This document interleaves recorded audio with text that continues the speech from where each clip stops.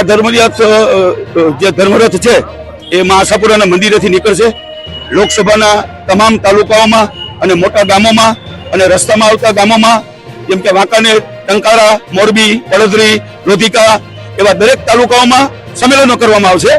જ્યાં રથ મુકામ કરશે ત્યાં પણ એક મોટું સંમેલન કરવામાં આવશે. દરેક પ્રજાને સાથે રાખી અને ખાલી ક્ષત્રિય સમાજ નહીં હોય, તમામ સમાજોનું સંમેલન હશે. એ સંમેલનમાં અમે આજ રજૂઆત કરશું.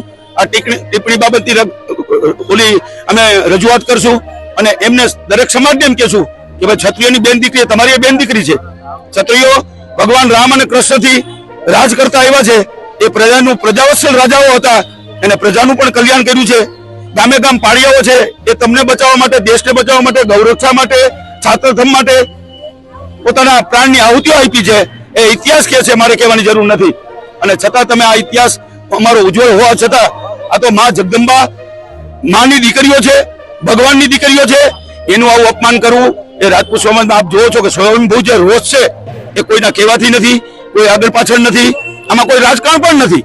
અમારી તો માગણી કોઈ ટિકિટની પણ નહોતી, ખાલી એટલી જ માગણી હતી કે પરસોત્તમભાઈ એની ઉમેદવારી પાછી ખેંચે.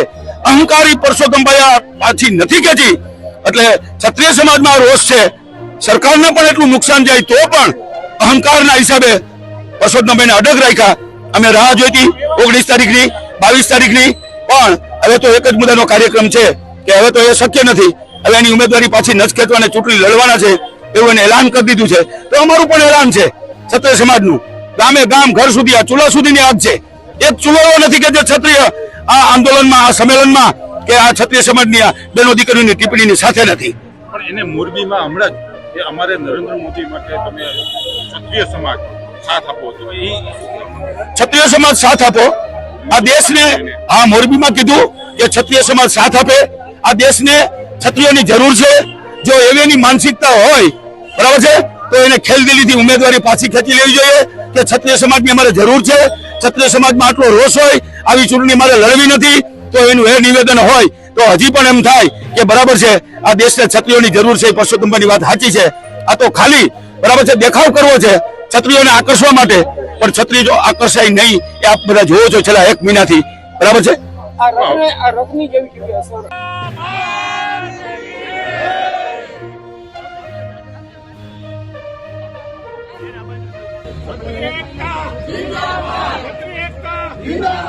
જય માતાજી.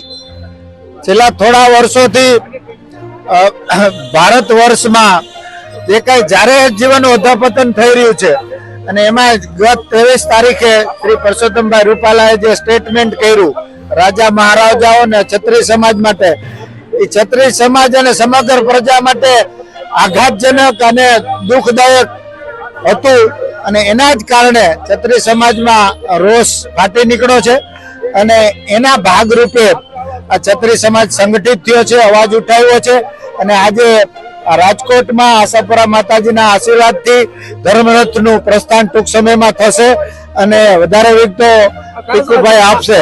ધર્મરથ છે એમની અસર કેવી થશે અને કેવી ધર્મરથ છે એ સમગ્ર પ્રજા માટે છે ને પ્રજાના બધા વર્ગને સાથે લેવા માટે છે. એટલે એક ધર્મની પુનઃસ્થાપનાનું વાતાવરણ થશે એ હું આપને કહું છું.